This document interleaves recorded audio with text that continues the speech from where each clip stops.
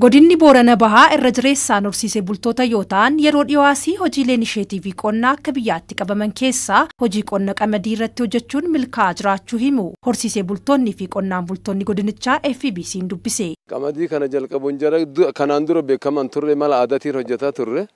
Amma ammoo aga baroomsi dhufee namni DN yookaan hojjetaan gandaa kamisooma ka'aana jiru biyya barsiisee biitii barattee namni amma of danda'ee qotee kilaasteraan walee taga gurmaa'u makiinan hamachuu midhaan yoo durra koon jiraatti amma guyyaa tokkoon hamatee obrusaa keessaa galu. Dur qonni keenoon qonnuun sangaan qonnaa olii lama sadi qonnaa amma moo jijjiirame gargame kana makiinan qonnaa makiinan haamannaa makiinan galfannaa akka gaarii jirra. Midhaan illee wal fakkaatee haala biqiluus gahus haamulleen haala tokkoon deemuu waan argamsiisuuf haalli suni bu'aa hedduu nam tokkorra nam lamarra sadii akka ta'uun caalusan gurmuun barbaachisaa ta'utti hubanne.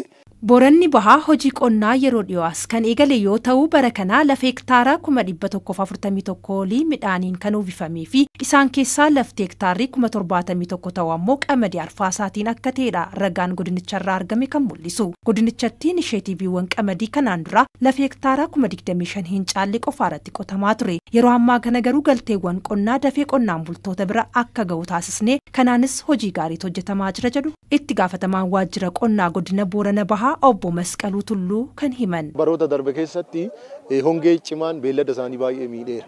Beelladni sun miidhamuun isaa immoo gara qonnaatti akka galchanii fi muuxannoon isaan kana dura dhumaatii beelladaa sanirraa hubatanii gara qonnaatti galuudhaan isa qofa osoo hin taane eksteeshiniin ogeeyyiin qonnaa keenyaa fi sadarkaa godinaa ta'ee aanaa ta'ee gandarra jiran qonnaan bulaa keenya irratti hojjechuudhaan gara qonnaatti akka galan sirriitti isaanillee hubannoo argatanii isa qofa osoo hin taane galteedhaan qonnaa dafee akka isaaniif dhiyaatu fakkeenyaaf akka sanyii filatamaa xaa'oo qoricha yookaan keemikaala kunniin akka dhiyaatuuf gara mootummaatiin illee sirriitti irratti hojjetame. Hojiilee misoomaa aanaalee Goorodoolaa, Gumiil Dalloo fi Liban akkasumas piroojeektii Finnaa fi buufata xiyyaaraa magaalaa Nagellee jiran hojiin isheetii fi qonnaa godinichaan raawwatamaa jiru qabeenya guddaa qabnuu fi galma ce'umsa hawaasa horsiisee bulaa jijjiiruuf qabnu kan agarsiisudha jedhan hoogganaan biiroo qonna Oromiyaa obbo Geetuu Gammachuu. Oomisha midhaaniitiifis mijataadha, horsiisa beeladaatiifis mijataadha.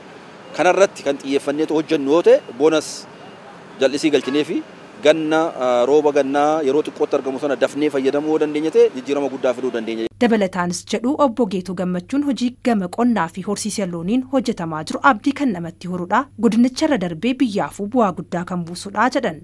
Jalqabbiin amma jalqabne kun fuulduratti fudhannee yoo deemne jijjiirama guddaa naannoo keenya keessatti finna. Boorana Bahaa qofarraa oomishni nuti oomishnu beeladoonni nuti horsiisnu Oromiyaa guutuudhaaf gahuu akka danda'u dandeettii godina kanaa kan itti mul'isaa jiru. Booranni Bahaa qabeenya isaarra darbee naannoo fi biyya sooruu kan danda'u qaba. Carraa dansaa as jiru kana imaammata sirnaan hoogganame diinagdee uummata keenyaa giddu galeessa godhatee fi hirraafamneen kan ijaarudha jedhan pirezidaantiin mootummaa naannoo Oromiyaa obbo Shimallis Abdiisaan. Hojiileen isheetii fi qonnaa godinichaan raawwatamaa jiru kaayyoo guddaa qabnuu fi galma ce'umsaa hawaasa keenya horsiisee bulaa jijjiiruuf qabnu kan agarsiisudha jedhan obbo Shimallis. Oromiyaan kaabaa kibbatti baadiyyaatti Ikolojii adda adda amma yoo karaa lixaa fi giddugalaa fi yoo fudhanne bokkaa cimaa jira facaasarra jira jechaadha amma ganaa facaasaa jira. Iddoo akkanaatti immoo haamaa jira jechaadha. Iddoowwan amma facaafne kana immoo yeroo haamuu jalqabnu naannoo onkoloolessaa asitti immoo deebifnee facaafne jechaadha.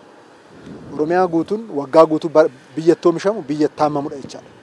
Kanaaf isa kana potenshaala kana karaa hubateen yoo misooma qixaan gaggeessine jijjiirama guddaa iddoon itti fiduu dandeenyu Oromiyaadha jechaadha. Oomisha biyya jijjiiruu danda'u akka oomishuu danda'amuu fi akka fiduu danda'amu qabatamaatti argineerra.